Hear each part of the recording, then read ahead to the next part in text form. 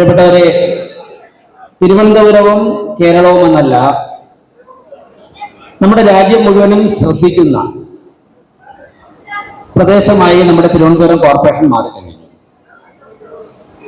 തിരുവനന്തപുരം കോർപ്പറേഷന്റെ വളരെ വിശാലമായിട്ടുള്ള സാധ്യതകളാണ് അതിന്റെ ഒരു കാരണം. അതോടൊപ്പം തന്നെ ആറ്റുകാൽ ക്ഷേത്രം ഉൾപ്പെടെ പത്മനാഭസ്വാമി ക്ഷേത്രവും ഭീമാപള്ളിയും ഒക്കെ ഉൾപ്പെടെ വെട്ടുകാരപള്ളിയൊക്കെ ഉൾപ്പെടെ ലോക പ്രശസ്തമായ ആരാധനാലയങ്ങൾ കേന്ദ്രീകരിച്ചിരിക്കുന്ന പ്രദേശമായതുകൊണ്ടും ഞങ്ങൾ പലപ്പോഴും പറയുന്നത് പോലെ ശാസ്ത്ര സാങ്കേതിക മേഖലയിലൊക്കെ തന്നെ പരമ്പരാഗതമായി മുന്നിൽ നിൽക്കുന്നത് കൊണ്ട് നമ്മുടെ നാട് ലോക ശ്രദ്ധ ആകർഷിക്കുകയാണ്. തിരുവനന്തപുരത്ത് നടക്കുന്ന ഓരോ ചലനങ്ങളും അത് ലോകം ശ്രദ്ധിക്കുകയാണ്, വളരെ പ്രതീക്ഷയോടെ ശ്രദ്ധിക്കുകയാണ്. ഭരണകൂടങ്ങൾ ഏതൊക്കെ തരത്തിൽ മാറി മാറി വന്നാലും തിരുവനന്തപുരത്ത് ഓരോ ദിവസവും സംഭവിക്കുന്ന ചലനങ്ങൾ നാട് വളരെ പ്രതീക്ഷയോടെ നിരീക്ഷിക്കുകയാണ്. ഈ സാഹചര്യത്തിലാണ് ലക്ഷക്കണക്കിന് ജനങ്ങൾ അണിചേരുന്ന ആറ്റുകാൽ പൊങ്കാല വളരെ നല്ല രീതിയിൽ വർഷങ്ങളായി തിരുവനന്തപുരം കോർപ്പറേഷൻ ചെയ്യേണ്ട ഉത്തരവാദിത്തങ്ങളൊക്കെ തന്നെ വളരെ കൃത്യമായിട്ട് നിർവഹിച്ച് മുന്നോട്ട് പോകുന്നു. അത് ഇന്നോ ഇന്നലെ തുടങ്ങിയതല്ല, അത് വർഷങ്ങളായി ഭരണസമിതിയും സംസ്ഥാന കേന്ദ്ര സർക്കാരുകളുടെ വിവിധ ഡിപ്പാർട്ട്മെന്റുകളും അതോടൊപ്പം തന്നെ അതാത് സമയമുണ്ടാകുന്ന രാഷ്ട്രീയ നേതൃത്വവും മുഴുവൻ ജീവനക്കാരും ചേർന്നുകൊണ്ട് കൈമെയ് മറന്നുകൊണ്ട്, അതിൽ റെസിഡൻസ് അസോസിയേഷൻ സഹകരിക്കുന്നുണ്ട്, വിവിധ ആരാധനാലയങ്ങൾ സഹകരിക്കുന്നുണ്ട്, എല്ലാവരും അവരവരുടെ കാര്യമായി അല്ലെങ്കിൽ അതിനേക്കാളും പ്രാധാന്യത്തോടെ മനോഹരമായി നടത്തിക്കൊണ്ടു പോവുകയാണ്. ഞങ്ങൾ ഈ പുതിയ ഭരണസമിതി അധികാരത്തിൽ വന്നതിന് ശേഷം ആദ്യം തന്നെ നിങ്ങളോടൊക്കെ പലതവണ പറഞ്ഞു കഴിഞ്ഞതാണ്, 4ാമത്തെ ദിവസം യോഗം ചേർന്ന് ഇതിനെക്കുറിച്ച് ഗൗരവമായി ചർച്ച ചെയ്തു. അപ്പോഴാണ് നിങ്ങൾക്ക് ആത്മവിശ്വാസം വർദ്ധിച്ചത്. വർഷങ്ങളായി ആറ്റുകാൽ പൊങ്കാലയുടെ എല്ലാ തയ്യാറെടുപ്പുകളും കൃത്യമായി നടത്തിക്കൊണ്ടിരിക്കുന്ന വളരെ പരിചയസമ്പന്നരായ ഒരു ടീമാണ് ആരോഗ്യ വിഭാഗത്തിലുള്ളത്. നമ്മുടെ HOയും HSമാരും ഒക്കെ തന്നെ ഓരോ ചലനങ്ങളെക്കുറിച്ചും കൃത്യമായിട്ട് മനഃപ്പാഠം ചെയ്തവരാണ്, അനുഭവ സമ്പത്തുള്ളവരാണ്. എവിടെയൊക്കെയാണ് എന്തൊക്കെയാണ് നമ്മൾ തയ്യാറെടുപ്പുകൾ ചെയ്യേണ്ടത്, കഴിഞ്ഞ തവണ ചെയ്തതിനേക്കാൾ മെച്ചമായിട്ട് എന്തൊക്കെ ചെയ്യണം, എവിടെയൊക്കെ എന്തൊക്കെ ബുദ്ധിമുട്ടുകൾ ഉണ്ടാകാൻ സാധ്യതയുണ്ട്, അതിന്റെ മുൻകരുതൽ എന്തൊക്കെ എടുക്കണമെന്നൊക്കെ തന്നെ അവർ കൃത്യമായിട്ട് ഞങ്ങൾക്ക് വിവരം തരികയും അതിന്റെ അടിസ്ഥാനത്തിൽ കോർപ്പറേഷന്റെ മിഷനറി ഉണർന്ന് പ്രവർത്തിക്കുകയും സംസ്ഥാന കേന്ദ്ര സർക്കാരുകളുമായി ബന്ധപ്പെട്ട കാര്യങ്ങളൊക്കെ തന്നെ അപ്പോഴപ്പോൾ തന്നെ നമുക്ക് ചെയ്യാൻ സാധിച്ചു. അതോടൊപ്പം തന്നെ മരാമത്ത് സ്റ്റാൻഡിംഗ് കമ്മിറ്റി ഒരു കർശനമായ നിലപാട് സ്വീകരിച്ചു. സമയബന്ധിതമായി തന്നെ ടാറിംഗ് കാര്യങ്ങൾ പൂർത്തിയാക്കണം. മഞ്ജുവിന്റെ നേതൃത്വത്തിൽ നമ്മുടെ എഞ്ചിനീയറിംഗ് വിഭാഗം വളരെ നന്നായിട്ട് അവധി ദിവസങ്ങളിൽ പോലും പ്രവർത്തിച്ചുകൊണ്ട് 20 ദിവസങ്ങൾക്ക് മുമ്പ് തന്നെ ടാറിംഗ് പണികൾ തന്നെ പൂർത്തിയാക്കി. അങ്ങനെ തുടക്കം മുതൽ വളരെ മനോഹരമായി ഒടുക്കം വരെ ബഹുമാനപ്പെട്ട മന്ത്രി ഉൾപ്പെടെ കോർപ്പറേഷന്റെ ഉത്തരവാദിത്തങ്ങൾ ഭംഗിയായി നിർവഹിച്ചു എന്ന് പൊങ്കാല കഴിഞ്ഞ് 24 മണിക്കൂറിനുള്ളിൽ പറയുന്ന തരത്തിലേക്ക് വളരെ ഭംഗിയായി ചരിത്രം സൃഷ്ടിച്ചുകൊണ്ട് പൊങ്കാലയുടെ എല്ലാ നടത്തിപ്പുകളും നടത്തുവാൻ വേണ്ടി നമുക്ക് ഒരുമിച്ച് സാധിച്ചു എന്നുള്ളതാണ് മേയർ എന്നുള്ള നിലയ്ക്ക് ഞാൻ നിങ്ങളുടെ അങ്ങേയറ്റം തന്നെ കടപ്പെട്ടിരിക്കുന്നു എന്ന് പറയുവാൻ വേണ്ടി ഈ അവസരത്തിൽ ഞാൻ ആഗ്രഹിക്കുകയാണ്. RDO സമർപ്പിച്ച റിപ്പോർട്ടിൽ ഉൾപ്പെടെ തിരുവനന്തപുരം കോർപ്പറേഷൻ വളരെ ഭംഗിയായിട്ട് കോർപ്പറേഷന്റെ ഉത്തരവാദിത്വം നിർവഹിച്ചു എന്നുള്ള കാര്യവും നമുക്ക് ആത്മവിശ്വാസം വർദ്ധിപ്പിക്കുകയാണ്. തീർച്ചയായിട്ടും ഇത് ഇന്നോ ഇന്നലെയോ ഒരു ദിവസം കൊണ്ടോ സംഭവിച്ചതല്ല, മറിച്ച് നിരവധി കാലങ്ങളായി രൂപപ്പെട്ടുവന്ന ഒരു മെക്കാനിസമാണ് ഇപ്പോൾ. അതിപ്പോൾ നാളെ ഈ ഭരണകൂടം മാറിക്കഴിഞ്ഞാലും ഈ മെക്കാനിസം തുറന്നുകൊണ്ടേയിരിക്കും. അത്രത്തോളം ആറ്റുകാൽ പൊങ്കാലയും അതുമായി ബന്ധപ്പെട്ടുള്ള മുന്നൊരുക്കങ്ങളും തിരുവനന്തപുരത്തെ ജനങ്ങളുമായി ഇഴുകിച്ചേർന്നിട്ടുള്ള ഒരു സാഹചര്യമാണ് നിലവിലുള്ളതെന്ന് മാത്രമല്ല, ഇത് ലോകത്തിന് തന്നെ നൽകുന്നത് വളരെ വലിയൊരു സന്ദേശമാണ്.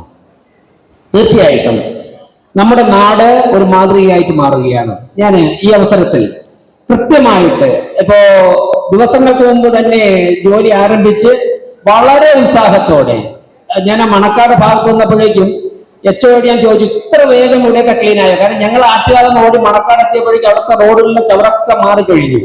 അതിനുശേഷം നമ്മുടെ ശ്രീമതി സിന്ധു ശശിയും നമ്മുടെ പാറ്റൂർ രാധാകൃഷ്ണനുമാണ് സ്റ്റാച്യു ഭാഗത്ത് നേതൃത്വം കൊടുത്തത്. ഞങ്ങൾ ആറ്റുകാലം ഓടി സ്റ്റാച്യൂവിൽ എത്തിയപ്പോഴേക്കും സെക്രട്ടേറിയറ്റ് കഴിഞ്ഞിട്ടുള്ള അവിടെ നിന്നുള്ള മുഴുവൻ വിറകിന്റെ അംശങ്ങളും അതോടൊപ്പം തന്നെ ചുടുകല്ല് വിറകിനോടൊപ്പം തന്നെ വിറക് മാറ്റുന്ന അതേ സമയത്ത് തന്നെ ചുടുകല്ല് മാറ്റിക്കൊണ്ടിരിക്കുകയാണ്. ഞങ്ങൾ മെഡിക്കൽ കോളേജിൽ ചെന്നു. ചിലർ പറഞ്ഞു മെഡിക്കൽ കോളേജിൽ ഈ മൂവ്മെന്റ് ശക്തമായിട്ട് നടക്കുന്നില്ല എന്ന് പറഞ്ഞു. അതിനനുസരിച്ച് സെക്രട്ടറിയും ഞാനും MR ഗോപനും HSO ഒക്കെ ഉൾപ്പെടുന്ന ഒരു ടീം ഞങ്ങൾ 2-3 കാറുകളിലായിട്ട് മെഡിക്കൽ കോളേജിൽ ചെന്നു. അവിടുത്തെ HI അന്വേഷിച്ചപ്പോൾ ഞങ്ങൾ നോക്കി, മെഡിക്കൽ കോളേജിന്റെ ഫ്രണ്ടിൽ മാലിന്യം കുറച്ചുണ്ട്, ചുടുകലൊക്കെ ഉണ്ട്. അപ്പോൾ ഒരു 5 മണിയായി കാണുള്ളൂ, കൂടുതൽ 5-6 മണിയായി കാണുള്ളൂ. ഞങ്ങൾ എച്ചയെ വിളിച്ചു. എച്ച് താഴെ ഇരിക്കുകയായിരുന്നു. അദ്ദേഹം വന്നപ്പോഴത്തേക്കും പറഞ്ഞു കുമാരപുരത്ത് എന്നൊരു ടീമും ഉള്ളൂരെന്ന് വേറൊരു ടീം വൃത്തിയാക്കി കൊണ്ടുവരികയാണ്. അത് മെഡിക്കൽ കോളേജിൽ എത്തുമ്പോൾ ഒരു 6:30-7 മണിയാകും. അപ്പോഴേക്ക് സുഹൃത്തുക്കൾ ഞാൻ പറയാം 6:30 മണി കഴിഞ്ഞപ്പോൾ മെഡിക്കൽ കോളേജിന്റെ മുന്നിൽ ഉൾപ്പെടെ ക്ലീൻ ചെയ്യാൻ വേണ്ടി സാധിച്ചു. അങ്ങനെ രാത്രി ഒരു 8 മണിയായപ്പോഴേക്ക് അല്ലെങ്കിൽ ഒരു 7:30-8 മണിയായപ്പോഴേക്കും പാറ്റൂർ രാധാകൃഷ്ണൻ HS ബിജുവും വിളിച്ചിട്ട് പറഞ്ഞു 8:30 മണിക്ക് സ്റ്റാച്യുവിൽ കൃത്രിമ മഴ പെയ്ച്ചുകൊണ്ട് റോഡ് ശുചീകരിക്കുന്ന നടപടികൾ ആരംഭിക്കാൻ പോവുകയാണ്. മേയർക്കൊക്കെ എത്താൻ സാധിക്കുമോ? ഞങ്ങൾ സംസാരിച്ച ഡെപ്യൂട്ടി മേയർ ഉൾപ്പെടെ ഞങ്ങളൊക്കെ അവിടെ എത്തി. ഈ ശുചീകരണത്തിന് ഞങ്ങൾ തൊട്ട് മുമ്പത്തെ ദിവസത്തിൽ തീരുമാനിച്ചത് ഏറ്റവും പ്രധാനപ്പെട്ട ആൾക്കാർ മേയർ ഉൾപ്പെടെയുള്ള മേയറും ഹെൽത്ത് ചെയർമാനും സെക്രട്ടറിയും ആറ്റുകാൽ ക്ഷേത്ര പരിസരത്ത് നിൽക്കണമെന്നും ഓരോരോ സ്റ്റാൻഡിംഗ് കമ്മിറ്റി ചെയർമാൻമാർ ചെമ്പഴന്തി ഉദയൻ തമ്പാനൂർ ഭാഗം, അതോടൊപ്പം തന്നെ സത്യവതി പാളയം, ഞാൻ നേരത്തെ പറഞ്ഞ 2 പേര് statue, Karamana Ajith Karamana, Manju east port GS Manju, അങ്ങനെ ഓരോരുത്തരും അവിടെ നിൽക്കണമെന്ന് തീരുമാനിക്കുകയായിരുന്നു. അപ്പൊ ഞങ്ങളൊക്കെ തന്നെ 8:30-ക്ക് ഒരുമിച്ച് സെക്രട്ടേറിയറ്റിന്റെ അവിടെ എത്തുകയും അവിടെ കൃത്രിമ മഴ കൃത്യസമയത്ത് 8:31 ആയപ്പോഴേക്കും കൃത്രിമ മഴ പെയ്ച്ചുകൊണ്ട് അവിടെ ആ പ്രദേശം മുഴുവനും വൃത്തിയാക്കിയതിനു ശേഷം ടാങ്കറുകളൊക്കെ തന്നെ നഗരത്തിന്റെ നാനാഭാഗങ്ങളിലേക്ക് പോയി. അപ്പോഴൊക്കെ തന്നെ നഗരം ഏറെക്കുറെ വൃത്തിയായി കഴിഞ്ഞിരിക്കുന്നു. പ്രിയപ്പെട്ടവരെ, ആ രീതിയിൽ തുടർന്നു. രാത്രി 2 മണിക്കാണ് 2:15 പൂർത്തിയായത്. 12 മണിക്ക് ഇന്നലെ തന്നെ ചർച്ച വന്നപ്പോഴേക്കും ഞാൻ പറഞ്ഞു, അതിൽ വഞ്ചൂർ പ്രദേശത്ത് ശുചീകരണത്തിലേർപ്പെട്ട ആരെങ്കിലും ഇവിടെ ഉണ്ട്? വഞ്ചൂർ കോടതിയുടെ ഭാഗത്ത് ഉണ്ടായിരുന്നല്ലോ. യെസ്, വഞ്ചൂർ കോടതി ഭാഗത്തകത്ത് ഞങ്ങൾ രാത്രി 11:30 വന്നപ്പോഴേക്കും ഇവർ വളരെ ശുഷ്കാന്തിയോടുകൂടി അവിടെ വൃത്തിയായിക്കൊണ്ടിരിക്കുകയാണ്. അതിന് പുറത്തൊരു 11:50 കഴിഞ്ഞ് ഞങ്ങൾ മെഡിക്കൽ കോളേജിലേക്ക് പോകാൻ വേണ്ടി പുറത്തിറങ്ങിയപ്പോഴേക്കും ഇവർ ചൂലുമായിട്ട് വന്നിട്ട് ഈ സഹോദരിമാർ രാത്രി അവർ പിന്നെ ഞങ്ങളോടും സംസാരിക്കാൻ കാത്തിരിക്കുകയല്ല, അവർ നടന്ന് അടുത്ത ഞാൻ ചോദിച്ചു നിങ്ങൾക്ക് എവിടെയാ? അപ്പൊ പറഞ്ഞ ആയുർവേദ കോളേജ്. ഇവർ നടന്ന് നമ്മുടെ പാലത്തിന്റെ അതിലേക്ക് ആയുർവേദ കോളേജിലേക്ക് രാത്രി 11:12 മണിക്ക് പോകുന്നപ്പോഴാണ് ഞങ്ങൾ ആലോചിച്ചിട്ട് പെട്ടെന്ന് തന്നെ GS മഞ്ജുവിനോട്, മഞ്ജു കരമന പോകാൻ നിൽക്കുകയായിരുന്നു, മഞ്ജുവിന്റെ കാറിന്റെ ഡിക്കിയിൽ ഇവരുടെ ചൂലൊക്കെ കയറ്റി ഇവരെ ഞങ്ങൾ കൊണ്ട് ആയുർവേദ കോളേജിലാക്കി കൊടുത്തു. ഞാൻ പറഞ്ഞത് 11:55 കഴിഞ്ഞപ്പോഴേക്ക് വഞ്ചൂർ കോടതി ഇല്ലേ അത് ചെയ്തല്ലേ, ഞാൻ കൗൺസിലും പറഞ്ഞിട്ടുണ്ട്. 11:55 കഴിഞ്ഞപ്പോഴേക്കും വഞ്ചൂർ കോടതിക്കകത്തുള്ള മുഴുവൻ മാലിന്യങ്ങളും വൃത്തിയാക്കി അവരെയും കാറിൽ കൊണ്ട് അവർ അടുത്ത സ്ഥലത്താക്കി. എന്നിട്ടാണ് ഞങ്ങൾ വീണ്ടും മെഡിക്കൽ കോളേജ് ഭാഗം കേശവസ്വരം പട്ടത്തൊക്കെ ഞങ്ങൾ പോയത്. അങ്ങനെ ഓരോ പോയിന്റിലൂടെ ഞങ്ങൾ കൃത്യമായിട്ട് നമ്മളെല്ലാവരും യാത്ര ചെയ്തുകൊണ്ടിരുന്നു.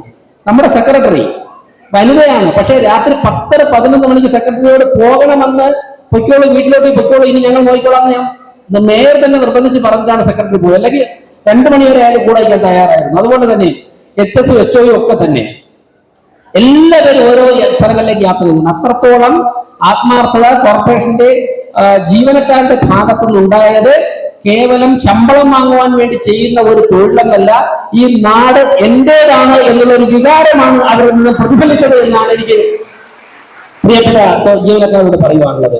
തീർച്ചയായിട്ടും ഞാൻ യോജിപ്പിക്കുന്നില്ല. ഇതൊക്കെ കഴിഞ്ഞിട്ട് രാത്രി 2:15 ഞാനും MR ഗോവനും GS മഞ്ജുവും അതുപോലെ തന്നെ 3 HS-മാരും HOയും ഉൾപ്പെടുന്നവർ കരമന ജംഗ്ഷനിൽ നിന്നും ഞങ്ങൾ തിരിച്ചു പോകുന്നത്.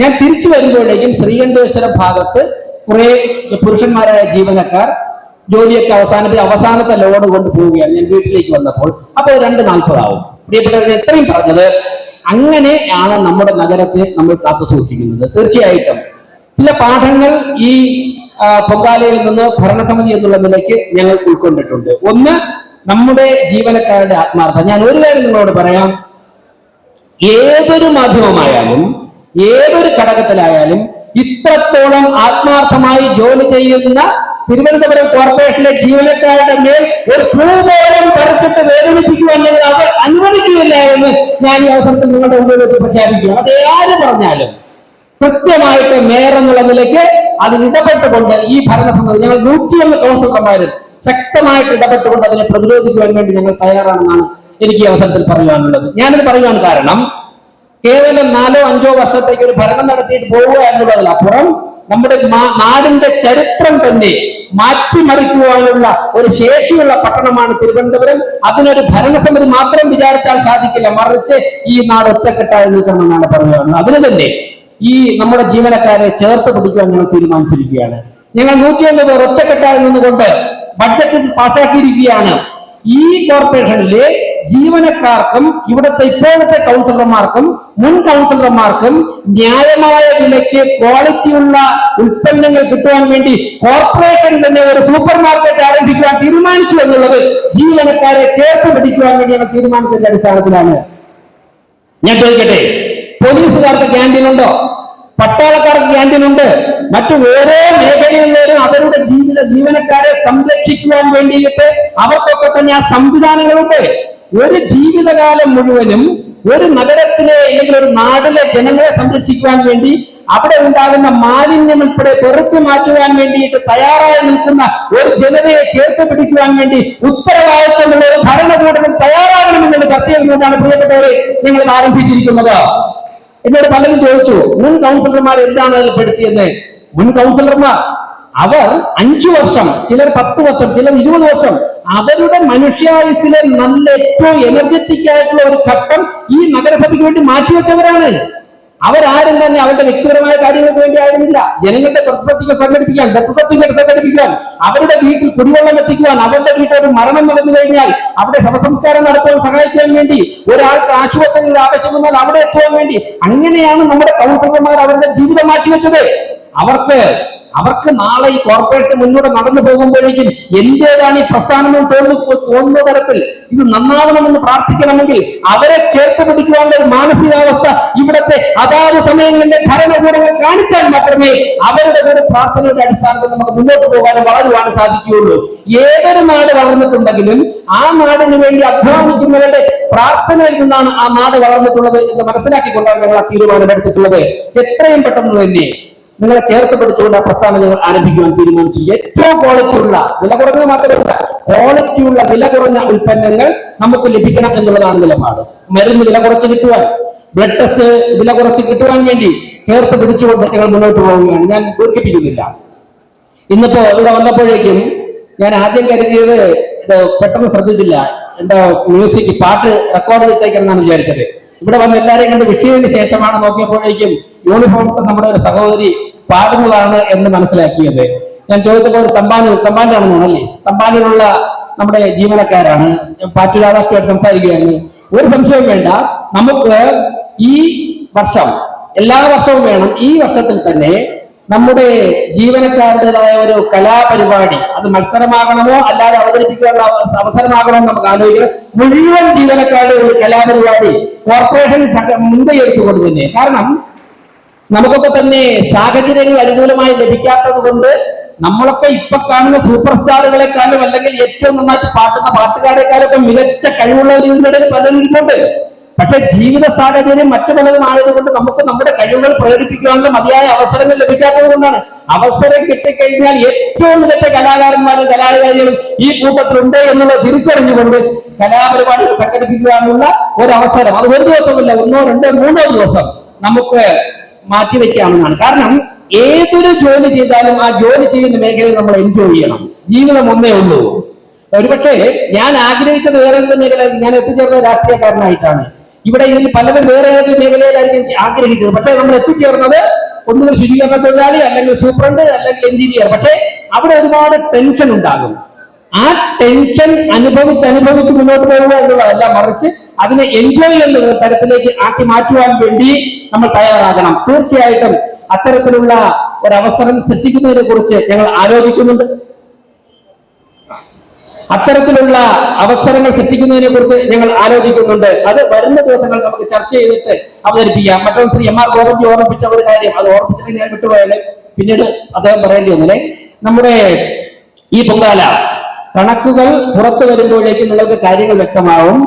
ഈ പൊങ്കാലയിൽ ഈ കോർപ്പറേഷൻ ഭരണസമിതിക്ക് ചെയ്യാൻ സാധിച്ച ഒരു കാര്യം അദ്ദേഹം പ്രത്യേകം ഓർമ്മിപ്പിച്ചു. ചെയ്യാൻ സാധിച്ച ഒരു കാര്യം, നമ്മുടെ സമൂഹത്തിന്റെ വിവിധ മേഖലകളിൽ നിന്നും കോർപ്പറേറ്റോടൊപ്പം സഹകരിക്കുവാൻ തയ്യാറായിട്ടുള്ള വിവിധ വിഭാഗത്തിൽപ്പെട്ടവരെ സഹകരിപ്പിക്കാൻ സാധിച്ചു. മുൻകാലഘട്ടങ്ങളിൽ ചെയ്യുന്നതാണ് ഏറ്റവും കോർപ്പറേഷന് ഏറ്റവും ചെലവ് കുറഞ്ഞ രീതിയിൽ, കോർപ്പറേഷന്റെ പണം ഏറ്റവും കുറച്ച് ചെലവാക്കിക്കൊണ്ട് നടത്തിയ ഒരു പൊങ്കാല ഉത്സവങ്ങൾ ഒന്നാക്കി മാറ്റാൻ ഞങ്ങൾ ശ്രമിച്ചിട്ടുണ്ട്. അതിൽ ഞങ്ങൾ വിജയിച്ചിട്ടുണ്ട് എന്നുള്ള കാര്യം ഞാൻ നിങ്ങളോട് പറയുവാൻ ആഗ്രഹിക്കുകയാണ്. നമുക്ക് ആവശ്യമായ ടിപ്പറുകൾ, എനിക്ക് തോന്നുന്നത് ഏറെക്കുറെ എല്ലാ ടിപ്പറുകളും, ബാക്കിയെല്ലാം കണക്കൊന്നും കഴിഞ്ഞാൽ മാത്രമേ എക്സാക്ട് എണ്ണം പറയാൻ സാധിക്കുള്ളൂ, സ്പോൺസർ ചെയ്യുവാൻ വേണ്ടിയിട്ട് നമുക്ക് സാധിച്ചിട്ടുണ്ട്. അത് പിന്നീട് പറയുമ്പോഴേക്കും ഓരോരുത്തരെയും ഇവിടെ പരിചയപ്പെടുത്തും.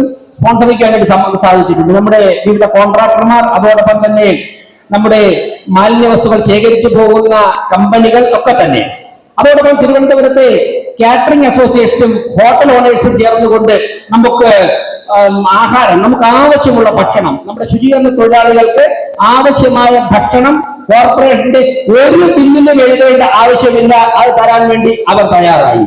കുടിവെള്ളം തരാൻ വേണ്ടിയിട്ട് നമുക്ക് സൗജന്യമായി തരാൻ വേണ്ടി തയ്യാറായവരുണ്ട്, JCB തരാൻ വേണ്ടി തയ്യാറായവരുണ്ട്. അങ്ങനെ പരമാവധി സമൂഹത്തിലെ എല്ലാ മേഖലയെയും സമാഹരിച്ചുകൊണ്ട് തന്നെ നമുക്ക് ഈ പരിപാടി വിജയിപ്പിക്കാൻ സാധിച്ചിട്ടുണ്ട്. ഞാൻ ദീർഘിപ്പിക്കുന്നില്ല. അതോടൊപ്പം തന്നെ ഭാവിയിൽ നമ്മുടെ കലാപരമായി കഴിവുള്ളവരെ സംഘടിപ്പിച്ചുകൊണ്ട് കോർപ്പറേഷന്റേതായിട്ട് അത് പാർട്ടി രാധാകൃഷ്ണൻ സംസാരിച്ചു പോകുന്ന ഒരു ആശയമാണ്. ആവശ്യമാണെന്നുണ്ടെങ്കിൽ ഏതെങ്കിലും തരത്തിൽ നിങ്ങളുടെ തൊഴിലിനെ ബാധിക്കാത്ത തരത്തിലുള്ള ഒരു കലാസംഘടന തുടങ്ങുന്നതിനെ കുറിച്ചുകൂടി നമുക്ക് ചർച്ച ചെയ്യാമെന്ന് പറഞ്ഞുകൊണ്ട് നിങ്ങളെയും നിങ്ങളുടെ കുടുംബത്തെയും ചേർത്ത് പിടിക്കുവാൻ വേണ്ടി കോർപ്പറേഷൻ പ്രതിജ്ഞാബദ്ധമാണെന്ന് പറഞ്ഞുകൊണ്ട് ചരിത്രം സൃഷ്ടിച്ച ഈ നമ്മുടെ ഈ ഭരണസമിതിയോടൊപ്പം 101 കൗൺസിലർമാരോടൊപ്പം നിന്നുകൊണ്ട് ഒറ്റക്കെട്ടായി ഈ ആറ്റുകാൽ പൊങ്കാല മഹോത്സവം വിജയിപ്പിക്കാൻ തയ്യാറായ നിങ്ങളെ എല്ലാവരെയും ഒരിക്കൽ കൂടി അഭിവാദ്യം ചെയ്തുകൊണ്ട് നിർത്തട്ടെ. ജയ് ഭാരത് മാതാ.